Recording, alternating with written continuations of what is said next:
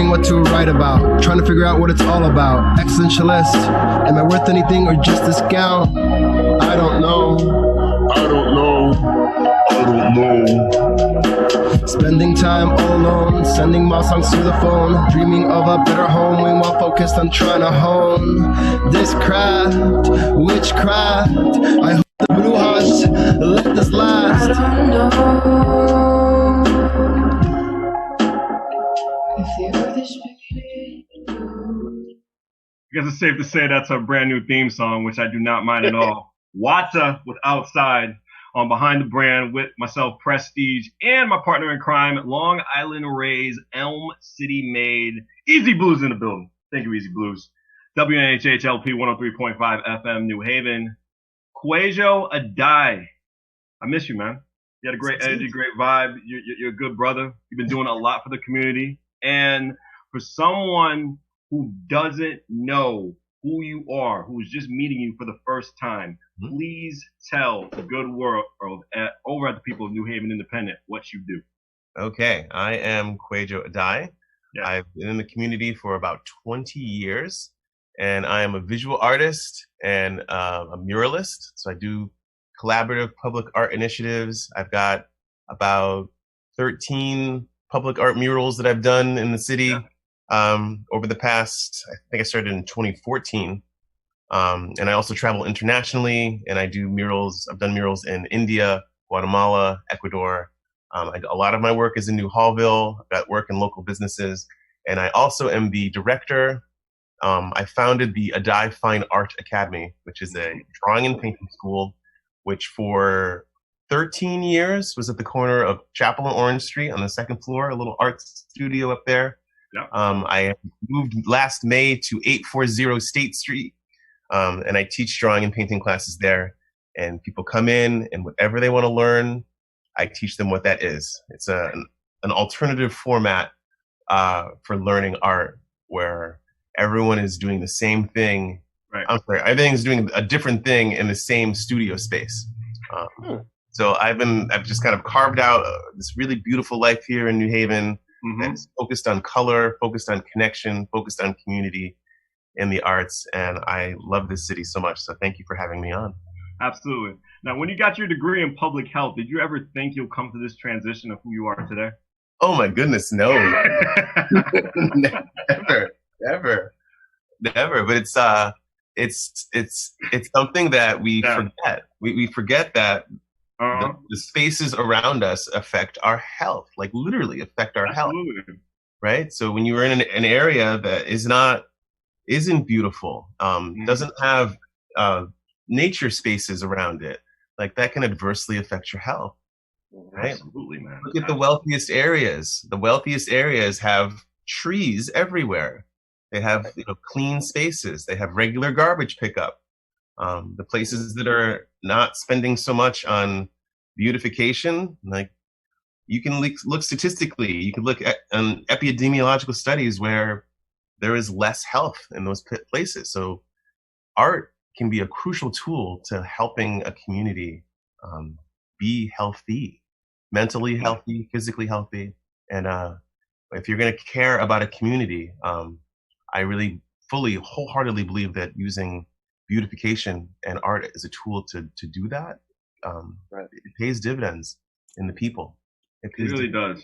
And I can definitely say about you that inspiring people is one of your best superpowers that you have. Human superpowers, if I can barely say that.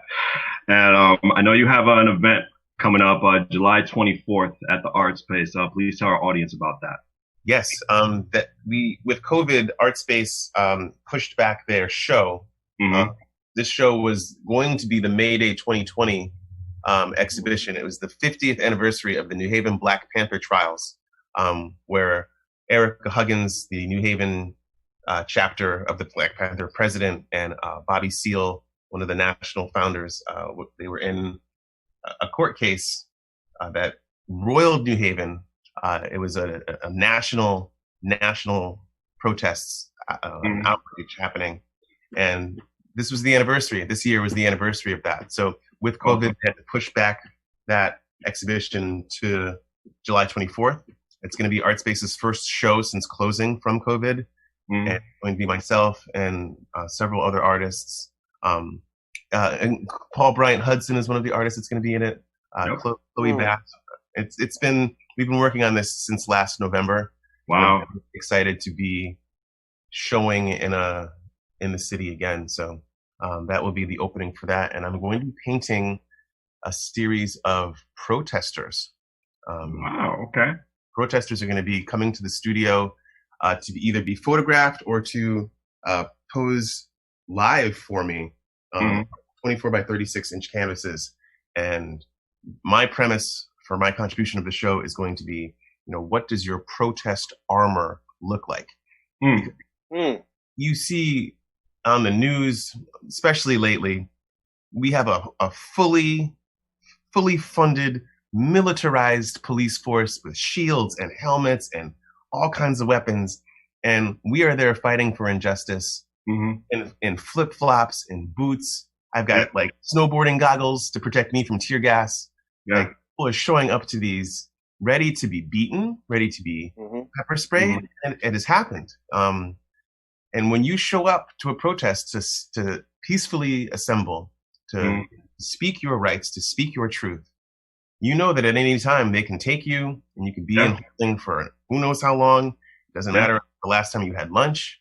You need legal representation. Like, you are basically dressed for war, no matter what you're wearing, to a protest. So I've asked some of the big protesters in the community, Carrie Ellington, Puma Simone, Norm Clement, Sarah Pimienta, Allah, like the people that you always see at these protests, people connected to Black Lives Matter New Haven, people connected to Justice for Jason that have been fighting for these rights before it became in the national spotlight as strongly as it is now to fight against police violence. I've reached out to them to be posing in their protest armor so I can paint them and immortalize the importance of this moment, immortalize this time. It's funny. Actually, it's not funny. It's very important. That's the best word, that you say protest armor, because a lot of people who really want to benefit for the movement go in, to support. They don't really think about those type of things. They think they just get a sign, go there, and that's it. You really got to protect yourself when it comes to these situations. Mind you, like, you're bringing kids to this stuff. And some people, they do not have a good mindset of what to do. And I'm not talking about just people. I'm just talking about police. You don't know who is going to be respectfully treating people the way they should be. And you don't know who is going to, let's just be honest, just go out with the whole disrespect. So it's really good that you say about protest armor. People have to protect themselves when it comes to these things. And easy, you were there. I was, and I want to say, I've been to a couple of them, and it's an amazing, transformative experience. But what is the most incredible moment, and I will say this 1.5 million times, in going to the youth one that they had over 5,000 people for, everyone met up on the green, and the incredibleness of the people that were running it. When the organizers first grabbed the megaphone and said, "Okay, here's the deal. The first thing that we're going to do, I don't care what color the child is, we are going to protect our children." Yeah. And that, even, and it's, I don't care. And again, I don't care what color. We're going to protect the children first. That is by far the most important. So now, again, nothing went down, thank goodness, and everything was blessed. But the most important thing there was this woman who has been affected by this. It is her culture that is being persecuted. And she didn't say, protect me, protect my kind. She said, protect all children first. That was gorgeous and beautiful. And it's a moment that I, as a father who brought my 3 boys there, it is a moment that I will fully cherish and hold on to. And because of that moment, no matter what happens, I was fighting with everybody on the side of good before, but now I'll fight to my dying breath. And it's amazing. So yeah. All right. I'm going to start crying now. I'm going to drink some more coffee so I don't cry. Kwadwo can relate. He's a dad too, man. He's really big to his boys. when I first saw him, Matt Kwadwo was at my other gig, and he was always bringing his boys to eat all the time, and he's really definitely is a great father. Definitely into it. I mean, I even saw him on Instagram teaching his boy how to drive. Yes. That's an enriching experience. Easy Blues didn't get to that experience just yet, but I know that time will come. We're not going to talk about that just yet, though. But let's just talk about kids' messages to our dads. But Kwadwo, man, how big of an inspiration are your kids to your platform and your work?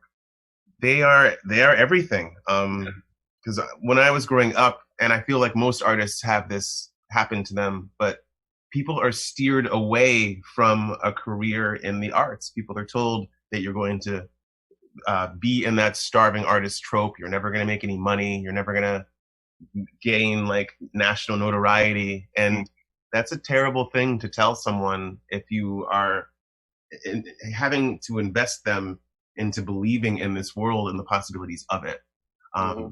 And for a while, I've done like so many jobs in my life, just trying to, assemble some type of normalcy in my life. But really, that's how it is when you're young.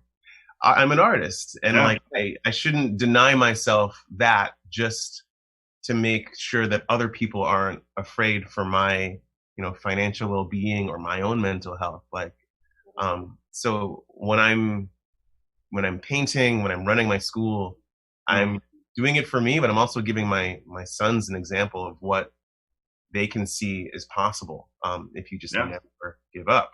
If you hang in it long enough, you can switch from drawing on a tiny piece of paper to drawing an 18 by 106 foot mural, but you're going to need help. Like every type of mural project that I've done with collaboratively around the world, I'm asking people to work with me as much as possible. So I'm trying to teach them that whatever it is that they decide to do, because I don't want them to just think that they need to be artists like me. Yeah. But if they're passionate about music or dance, if they're passionate about science, they're passionate about math. We need people out there that are passionate about all types of things. It does not have to be art. That is true. It's something that moves you and wants to like drive you to succeed in any of these realms. We need more. We need singers. We need dancers. We don't need everyone trying to become a lawyer or a doctor just because that's what makes the most money, or like we don't need accountants. We don't all need to be the same thing. We have all these beautiful gifts, and it's fine if we share our diversity of those gifts to society, right? Let somebody else be the endocrinologist.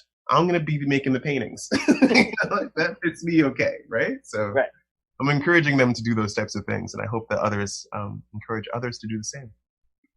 One of my professors back in college told me consistency, I can barely say the word enough, I'm always mumbling, leads to your value. The more consistent you are, the better people will see your value, and eventually good things will just come out of that. And you are just pretty much a great example of that. Like you said, like you started out with just a vision, just like one thought, and it led to a school. Not that many people can say they have an academy on their name. I mean, how long, matter of fact, not even how long, like what made you just decide to get an academy out of it? It was just like a random thought that came. Like, just tell me about that whole entire story. Oh, it came from necessity, and it came from failure. And I want to make sure that we are all really paying attention to how much you have to fail in order to succeed at things. Like in our social media culture, we're looking at everybody's highlight reel. We're looking at everybody on the top of their game, doing the best thing. I'm in this vacation spot. I'm doing this with these people. But behind the scenes, we are all struggling and failing and suffering, right? So the school started because I graduated from NYU with my master's in painting, and sent out resumes to every school in a 100-mile radius of New Haven, and I was not even able to get an interview, like not even an interview. And I had resumes out in Westchester, I had resumes past Hartford, the whole community college system. And I had two little boys that were new. My sons were so young then, babies. And I was like, okay, like, what am I going to do? Like no one is offering me a job. I've got this tiny little studio on Chapel Street that I can still paint in, but maybe I have another month before I can't have to surrender this space because I don't have a way to pay for these things. So I had this thought where I was like, why am I waiting for a college or university to deem me worthy to paint, to teach art? Why don't I just turn this studio into a school? So I used the last of the money that I had to buy some easels and some art supplies, and I wrote a press release, and I put that in the register, and I said that the opening day was going to be on September 24th of 2005, and some people walked into my space, and they were like, "Yeah, I'm here for the art classes," and that was it. I started with 6 students. I believe 4 of them are still taking classes with me 15 years later. That's awesome. Right. And it has grown it has grown at the speed of a plant. You know, another leaf here. Hey, can you please teach my kid? They like anime, or I really want to learn how to paint in watercolor, or people coming out of the woodwork to just want to learn how to use visual language to express themselves over 15 years. And now it is this large school. COVID has closed it since March 14th, which has devastated me. I miss my students so much, but I've been doing classes online. I have InstaLab classes on Adae Fine Art Academy's Instagram. Once a week, I just do a figure drawing lesson because you have to be adaptable, you have to change. But as soon as we get the all clear, as soon as we can be together in public space and it is safe for us to do so, I will open that school up and I will invite my students back and anyone in the community that wants to come.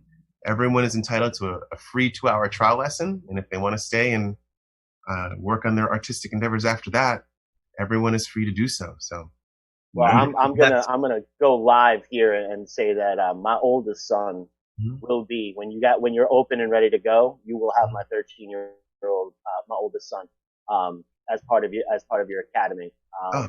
Thank you. So no, thank you, because I'm a musician, but I also, I don't want my kids to be musicians unless they want to be musicians. And, I was lucky enough to have him come back into my life a couple years ago. And now I have residential of him and get to really raise him. And he's starting to discover exactly who he is.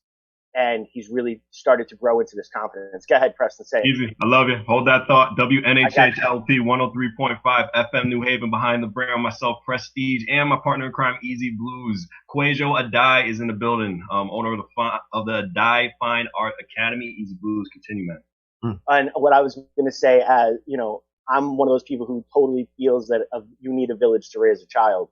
And I know that he can learn a lot from you on the quality of type of human being he needs to be as he continues to grow. So I want to make sure that he gets some quality time with you. What a gracious gift it is to bring a child to a space where they can be heard, express themselves, open their minds. Like these areas in the community that allow children and teenagers to do that. It's so important that kids have a voice. It's it's everything. Absolutely. It is everything. So when I'm traveling and I have a mantra where I want to put paintbrushes in the hands of kids around the world. So in 2015, I made this Kickstarter stop motion watercolor animation video, and that raised $8,000 on the platform so that I could travel to India to this school, the APV school in the Uttarakhand, where I was doing yoga and meditation. And the APV school is a K through 8 school, and I had each kid paint a different animal in this mural, and we have this work of art that we shared together. And then 9 months after that, we were in Santiago Atitlan in Guatemala. Because on the India trip, there was a woman who was affiliated with a school in Guatemala. And I'm there working with maybe 50 kids. And we were painting this mural that features huipiles, which is the indigenous garb of Mayan cultures. Like it has these vertical lines. They have a very gorgeous, vibrant embroidery fabric that defines their culture. So we painted a mural that is representative of that culture. And the children that were there were so many kids, and the kids were so powerful. And we were painting their area where they have recess. Right. Every trip that I've taken around the world has taken 14 days because you can harness the power of kids. They want to create. They want to have their voices heard. And I've been just so lucky to have this experience. Our last mural project was in Ecuador in 2018. Yeah. We went to Fundación Arte del Mundo, which is in Baños de Agua Santa. And we worked with 30 kids from that. It's a children's literacy center. So after school, they can go to this place, read, and we grabbed kids from that school. And we made this mural, this 7 by 50 foot mural featuring Pachamama and indigenous cultures of the Otavalo and the Salasaca communities there. And I brought down local people from this community, Travis Carbonella, Kushi Malhotra, Caprice Taylor Mendez, who does Podemos Juntos on Mondays on on WNHH. LP 103.5 FM. Thank you, sir. I like this guy. We did and Katie Jones. I brought 6 people locally from the community down to teach Reiki, to teach music, to teach dance, to teach art. So it became this wellness expedition in Ecuador, and that was in 2018, which was the same year that we did the Women's Empowerment Mural, Mothers, Daughters, and Sisters of the Firelight, which I'm so happy is untouched, unvandalized. Like the homage, the monuments that we pay to women in this community are standing strong, and I'm just really, really lucky and blessed that this community has been able to embrace me in this way, where you can have a vision and do that. You can have a place where kids can express themselves. You can have a community work together to beautify its surroundings. I would not be able to do this in Brooklyn. I would not be able to do this in Philadelphia, but here, I can do this, and it makes me really happy. And I kind of want to piggyback that for a second. The next one that you want to try to do, please contact me. I have a pretty good handle on the musician community out here, and I would have no problem putting on a benefit show to help raise money for your next adventure. And to continue to do those. I feel as an artist, and you're definitely an artist that embodies how I feel, it is our responsibility to also give back. And it is our responsibility to be those examples. And we need to all start working together to create, because visual art needs audio art needs visual art. It's this whole beautiful community. And it has been proven, as you've broken down earlier through time, that as the arts thrive, society thrives, economics thrive. So let's do that. Yeah. Like, look, everyone above us is kind of messing up.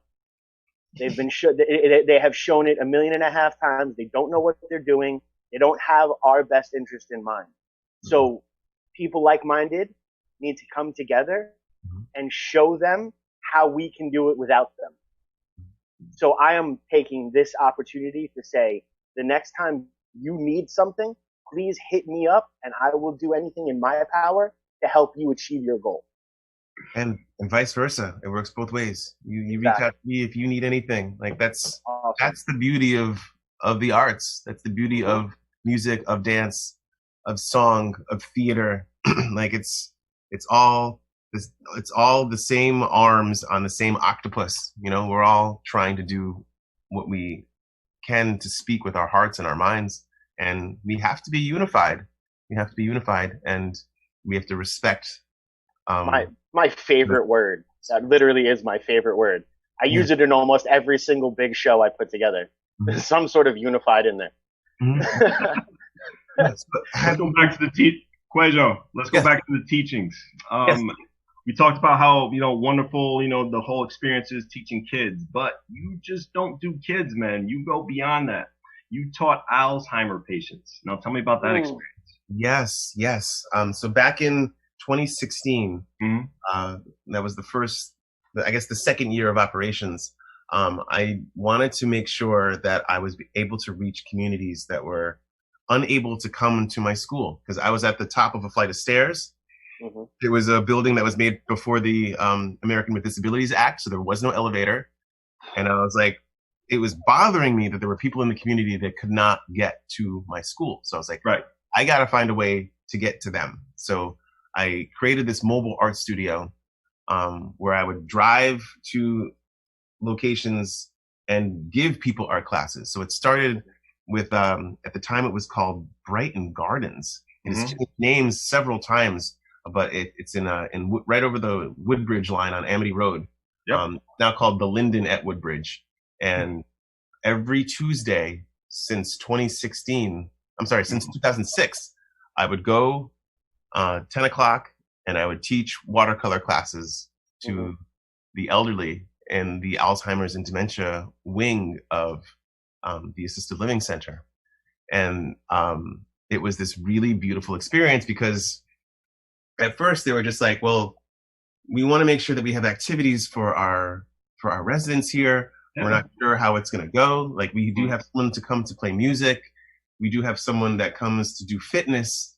But the motor skills, we're not sure if they're going to remember what you teach them each week. And I've had relationships with this community for such a long time. And in some of those communities, people know that it's Tuesday because they see my face. And it's been a really beautiful journey to go there every Tuesday and just to teach, okay, this is how you draw an apple. This is how you're going to draw an umbrella. You know, we keep it really simple, but some of the residents there will draw with me. Some of them will be there to just watch. And it's been this beautiful thing that unfortunately COVID that was the only thing that has been able to stop this in the 14 years that I've been going to these places. Back in February, they were ahead of the curve and they were just like, look, there's something happening here that affects elderly residents. You know, we can't have you come in anymore. You know, we know you've been here for 14 years, but, you know, for the safety of them. And I was like, absolutely, you know, please give everyone my best. And when we're out of the woods with this and it's safe, if there's a vaccine, I can return. But until that happens, I've abstained from going there just for the safety of the residents. But I understand. There was a time that I was going to 3 different assisted living centers. But I have also been the person that runs the young adult art group at the West Haven Mental Health Clinic. Yeah, we're going to talk about that. Their division of the Connecticut Mental Health Center. And I've been teaching there for 4 years. That's another one that had to stop because of COVID. And then I have been able to partner with another amazing organization in New Haven called Adae Inc., just run by Dave Grieco. And they are really a catalyst that works with the larger, greater Latinx community. And I was at Casa Otoñal, the senior center in the Hill, doing classes a couple years ago with them, coming in, and that's a 98% Spanish-speaking population. So I would teaching classes in Spanish. I'm not fluent, but I'm proficient. I'm always trying to practice. But people need to be remembering that art is not something that only the wealthy should be able to access. This is something that everyone deserves to have. Music, dance, theater, like people need to be able to access these things. So if it means that I need to drive to a center and give that firsthand, I will do that. I will happily do that. If it means that people have access to these experiences. So I've also done after school programs at the Foot School. There was some talk about doing some after school programs at some of the New Haven public school systems, but I've worked at Conte West Hills through Adae. Adae would place me at the Fairhaven Library to do classes completely for free for any kid that would come in. And whenever there's funding, which is always the first to get cut in the arts, but whenever the funding was there, like what goes to me is just passed to the children. It's passed to the elderly. It's passed to the vulnerable in our society that need to have access to these things. I also must pay my bills, but it's important that people have access to the arts. You can't take That's it. absolutely true. There's a website that you sent me. It was a picture with sparrows. I believe Harry has it up for us. And I don't know if it's in the process of about to be done soon, but what you have looks really, really amazing. It's on that bottom right area. I see it right now, right underneath that flag picture. There we go. Yeah, man, that looks beautiful. That looks really beautiful. Now, where was that at again, Kwadwo? Okay, that is on Division Street at the corner of Dixwell. So that's the D side right over there. And those sparrows are a response to the egregious police violence that occurred here last April. Yale and Hamden police fired 17 shots into the car of Stephanie Washington and Paul Witherspoon. And luckily, they did not die. I remember that Stephanie was put into the hospital for that. But that incident last April sparked the first huge wave of protests in this community. You know, at the time last year, we got numb to the effect of police violence, numb to the fact of mass shootings to the point where it was happening all over the country. And then it hit home here. Then it was in our backyard. And, you know, we freaked out and we were marching constantly. I saw Yale and I saw the New Haven community united against this act of violence, which is not okay. And that's when I was doing a lot of protesting with Justice for Jason, doing a lot of protesting with Black Lives Matter. And I was like, listen, this cannot continue to happen as we watch it continue to happen. I was like, I'm going to make a mural that commemorates this moment. I'm going to put it as close as possible to this incident, which happened on Argyle Street. I believe it was Dixwell and Argyle. Right. At I think around 4 a.m. In April. So the closest wall I could find was this wall at the corner of Division and Dixwell. It's the side of Moe's Market, which is the bodega in the area where the buses during the school year, the buses stop there and the kids run into Moe's Market and they buy their candy and their junk food and whatnot. So there's always kids there. But the wall, I believe it's around 11 feet tall, right? Around 40 feet wide. And I was like, we need peace. We need peace. We cannot continue to be a community that is plagued by gun violence, by police brutality. And I was thinking about symbols of peace and birds. Sparrows were flying like near me. And I'm watching them and I'm just like, this is a symbol of this community. These tiny little brown birds that are beautiful when you really look at them. Like, this is a message for people to pay attention to the small, gorgeous things that are around them all the time. And birds being a symbol of peace, maybe instead of having a tiny bird, I can create a large bird. So on the wall itself, there are 4 birds. I have 3 males. The males have the masks on their face, 1 female. And I worked with Squash Haven, and I worked with some volunteers in the community, and I had them paint my background in. And you can see that the detail on this mural is actually quite extensive. So this wasn't actually a wall that I could get just anyone in the community to do, because you actually needed some fine art skills to do the rendering details on the feathers. But I did have the community come to paint the background. And this wall will be finished, I'm hoping, at the end of August is my goal. Okay. But on the divisions, on the Dixwell side, I have primed a portion of the wall to put one last bird in. And this mural was funded by a Connecticut Office of the Arts Artist Fellowship that I was awarded last year. And that funding has since run out. So I have applied for new funding, a new round of funding from the Arts Council of Greater New Haven, so that if I can get an additional boost of funding, I can paint that next bird. And then on the other side of the building where the paint is peeling, I want to have the community come in and just kind of make the whole building look nice. So I'm actually painting a mural on 2 out of the 3 walls of Moe's Market. That's the plan.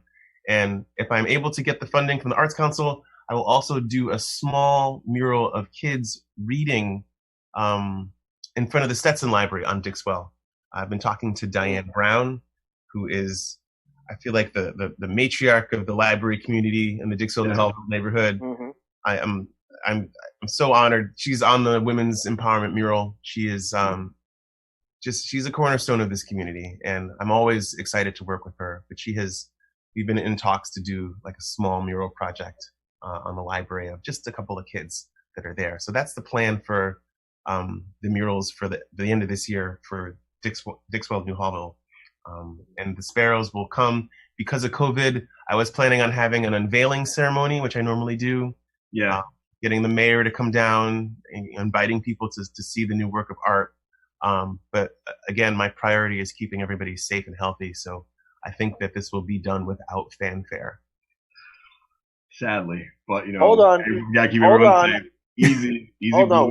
Go ahead. What we could do. Uh-oh. Okay, now this is just me being me here.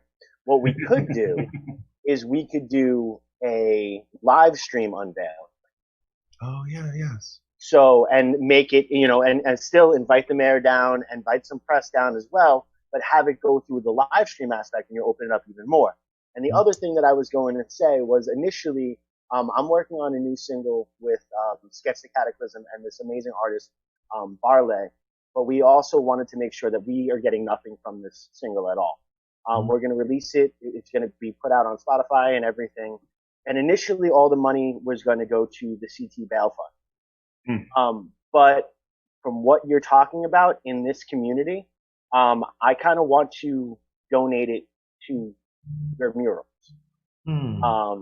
So that, whether it be 15 cents or, $500,000, I want it to go to beautifying this city and making a stand. And I want it to go to making sure that you can paint children outside of reading outside of a library, because that image is hecka more important than anything I will ever write, I will ever be able to put out.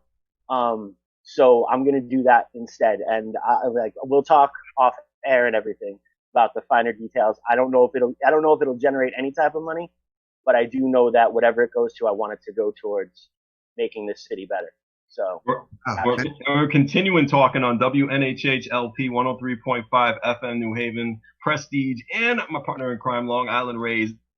Elm City Made, if I could barely speak, is really incredibly hot right now. I'm inside of a building. Dude, I'm like, yo, look, I got a box fan by my face. Like, I ain't playing, man. Kwadwo, I'm so happy that you're still with us here on the program.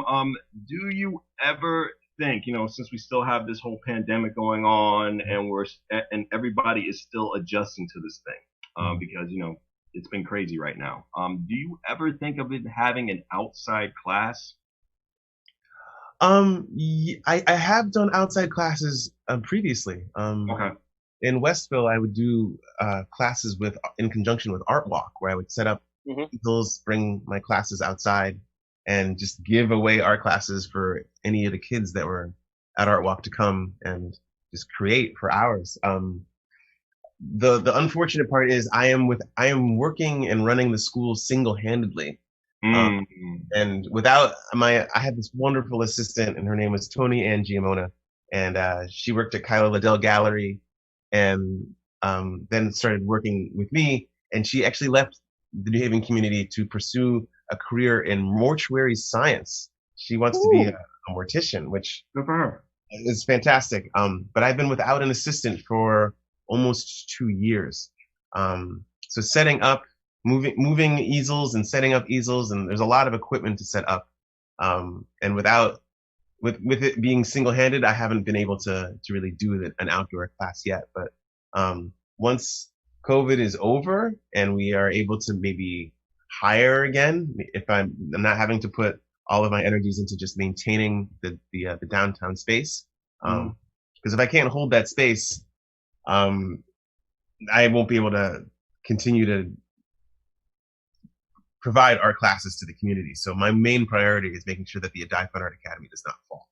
And we haven't had a class there since March, but it is now mid-July, and I've been able to maintain the space, and I'm gonna be doing everything I can to do that. And once we are able to return, once things are able to return to a sense of normalcy, and we're able to get classes going on back into there, I can actually look into the possibility of hiring someone to assist, because there's never been more than 2 people at the school. I've only had 2 assistants in the 15 years that I've been running, and all the other times it's been me just single-handedly running the school. But and because I am not a nonprofit organization, I'm not available to get 501c funding or C3 funding from areas. So because it's for profit, everything has to come from either fiscal sponsorship through nonprofits, or just from donations from the school, or just from tuition that people pay to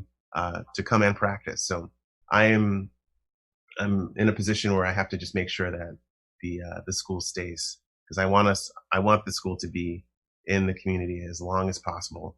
I want to be able to support and be amongst the other arts organizations in town, like Creative Arts Workshop, like Art Plus Studio, Long Wharf Neighborhood Music School. There's so many. We are rich in the resources in this community of arts venues, and we could always use more. But we want to make sure that the ones that are standing through this make it through this. I'm like a cry. It makes me cry to see the businesses that have already fallen through this. Like these things are gone. But and watching we're one of the last areas where you have true mom and pop shops, true family businesses.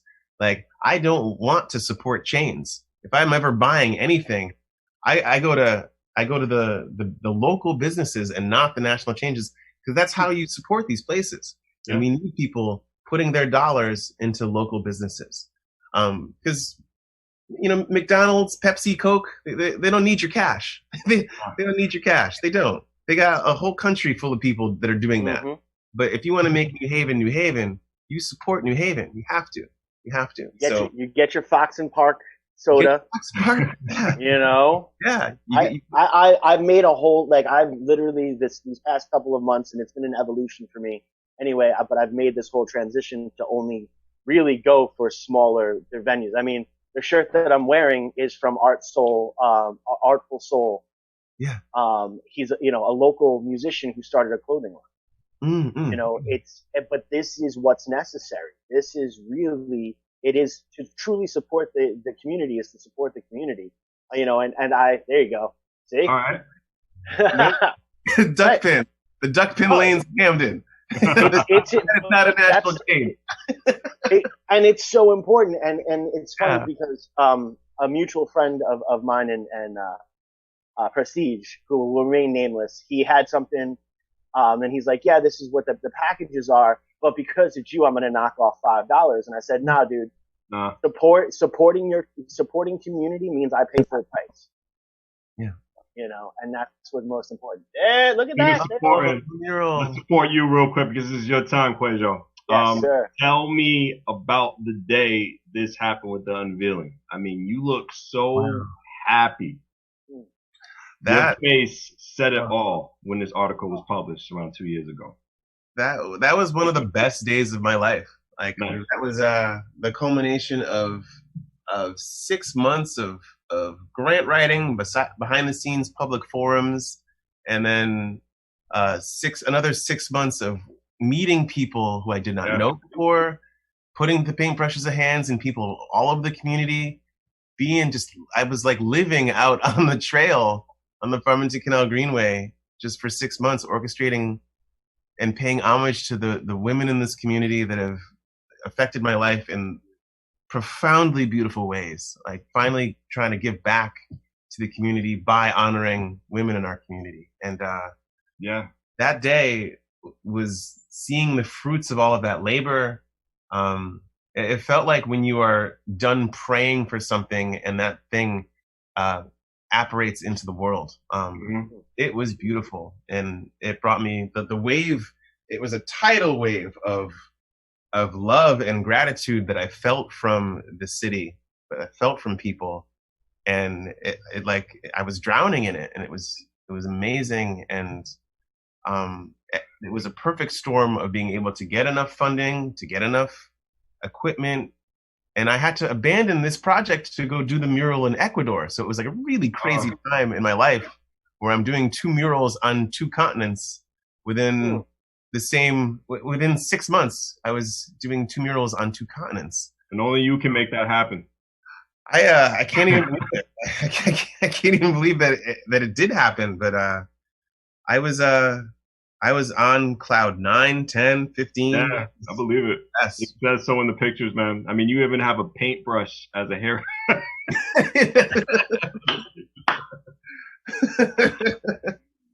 I thought it was funny, but it just showed that it was your passion, man. It really did. It really did. It was really beautiful. Yeah. I wanna even go bigger. I wanna go bigger from that one. I'm still committed to creating a mural of Dr. Edward Alexander Boucher, who was the first African American person in the country to receive a PhD in physics. He went to the Hopkins School. He got his PhD in physics from Yale, and that should be a household name in this community. And I'm still looking for a giant wall to put that on. I haven't really been able to find. There was the wall in the Ninth Square across from Crown 116. The back of 55 Church was the wall that I wanted to put that on. I did not get permission from the building owner, and that tanked that project. And I am still determined to find a space big enough, acquire enough funding to really pay homage to Dr. Boucher, who's buried in Evergreen Cemetery. He's connected to this community, and the accomplishments of people of color, we cannot continue to ignore their contribution to this society. Not. Absolutely not. And if public art can help make people more aware of what he has done, and then I would be honored to be able to pay homage to that man in the place where he was born, in the place where he was buried. Because at that time, it was a very common belief that people of color did not have the mental faculties to be doctors, right? This was back in, I want to say 1854. My dates can be off with that, but that was like the known or the accepted realization from the other races were that we were intellectually inferior to people who were white. So when you have a groundbreaking thing like that happen, you have to make sure that people know. Absolutely. Absolutely. New Haven definitely has a rich Black culture, and we do not want to forget that at all. I totally agree with that. I'm determined. Do you think that man should have a statue? I think that man should have a statue. I think that man should have a mural. And with all that, I love watching all of these statues topple. As an artist, there's something in me that is evocative of like, oh no, like someone worked really hard to create that, but who are we toppling and why? Like that is the question. We can't just blindly accept everyone that we're paying homage to, right? And as our nation and as time moves, our society evolves. So who are the people that we want to hold up? Do we want to hold up people that are responsible for some of our atrocities in life? Or do we want to be holding up people who are holding up inspiration in life? Who are you going to stand with? Who are you going to pay homage to? I still don't see enough monuments to women. I still do not see enough monuments to people of color.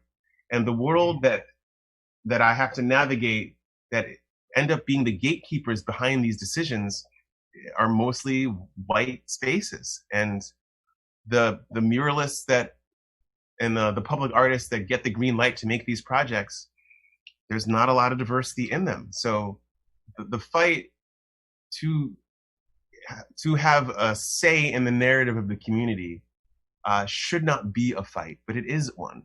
It is one. And I want people to have their voices heard. I want people most definitely that public art doesn't just need to be memorializing death and violence all the time. It doesn't need to be something. We can put up statues of people that have helped this community. And there's always going to be leaders that we pay homage to. Always. We're always going to be paying homage to the people in the struggle. But there are so many other faces that get ignored. People that are under the radar that have made contributions. I mean, I really want the sculptors out there. I really want the artists out there to pay homage to them. There's so many people. We're paying homage to one artist. That is you, Kwadwo. Time is running really thin for this program. I'm really great to have you. Just a part of Behind the Brand with myself and Easy. Just give people out there just one more time about your event coming up on the 24th. Tell people where to reach you on social media, and anytime they want to network with you, this last minute right now is yours. Go right ahead. WNHHLP 103.5 FM New Haven. Okay, I am on Instagram at kwadwo.adae. My name is spelled KWADWO.ADAE. The Art Space show opens on July 24th. That'll be the first time that Art Space will be open since the pandemic started. I run the Adae Fine Art Academy. Adae is my last name, ADAE. Fine Art Academy is all one word. We're on Instagram as well. And I have been putting some stuff on Kwadwo Adae paintings on Facebook. I write some narratives there. I post pictures there. But feel free to take a look, to give a follow. And you can reach out to me. The studio is at 840 State Street. If you're driving by, I try to put a different portrait in the window each week, painting flowers all the time. And I'm doing what I can to make this community beautiful. And shout out to everyone out there that is fighting for peace, fighting for justice in the ways that they know how. Make those songs, dance that piece, cook that food. Yeah, man. We're all in it. We're all in it. We're all in it. We're strong. So thank you so much for having me on. Absolutely, man. Kwadwo, we got to have you on again, man. A lot of talk, about with an intelligent mind like you. Appreciate you, brother. On WNHH LP 103.5 FM New Haven. Thank you. Thank you.